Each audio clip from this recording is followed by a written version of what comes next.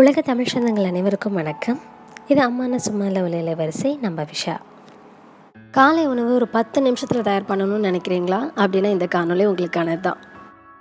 ஒரு நாள் புளிக்கிறதுக்காக காத்திருக்க வேண்டாம், அப்புறம் அரிசியும் வேண்டாம். ஆனால் ஆப்பம் பண்ணலாம். எப்படி பண்ணலாம் அப்படிங்கிறத பார்க்கலாம். இதுக்காக நான் இன்றைக்கி பாம்பே ரவா நீங்கள் கிடைக்கிற ரவை எடுத்திருக்கேன். நம்ம ஊரில் கிடைக்கிற ரவையை எடுத்துக்கலாம். பொதுவாக நம்ம ஆப்பம் பண்ணும்போது 8 மணி நேரம் அது புளிக்கிறதுக்காக நம்ம காத்திருக்கணும். ஆனால் இந்த ஆப்பம் உடனே பண்ணி உடனே சாப்பிட்டுடலாம். இதுக்காக நான் 1 கப் ரவை எடுத்திருக்கேன். 3 டீஸ்பூன் மைதா மாவு எடுத்திருக்கேன்.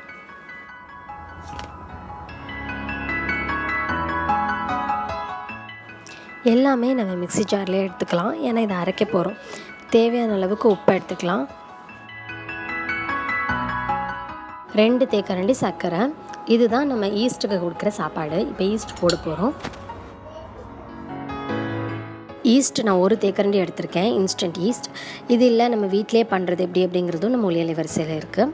இப்போ 1 கப் வெதுன்னு இருக்கிற தண்ணி, அதாவது இளஞ்சூட்டில் இருக்கிற தண்ணி ஊற்றி நல்லா அரைச்சி எடுத்துக்கலாம். இதை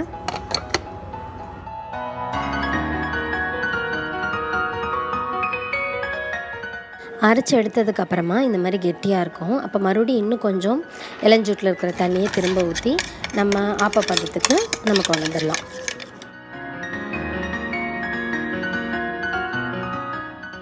இது ஒரு 10 நிமிஷம் மூடி போட்டு மூடி வச்சிடலாம். 10 நிமிஷத்துலேயே இந்த ஓரத்துலலாம் இந்த மாதிரி நுரையாக வர ஆரம்பிச்சிடும். இது வந்தோடனே நம்ம ஆப்ப சுட ஆரம்பிச்சிடலாம்.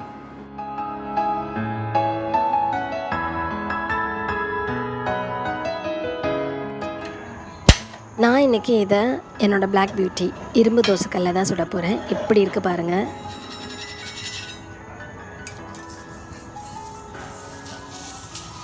வெங்காயம் வச்சு நெய்யோ எண்ணெயோ நல்லா இந்த மாதிரி தடவிக்கணும். அப்போ தான் ஒட்டாமல் வரும். இல்லாட்டியும் என்னோடய கல் ஒட்டாது.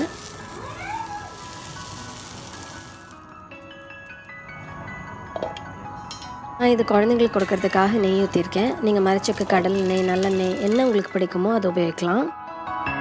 அரிசி கொஞ்சம் கூட இல்லாமல் ரவையிலேயே எவ்வளோ மிருதுவாக ஒரு ஆப்பம் செஞ்சுருக்கேன் அப்படின்னு பாருங்கள்.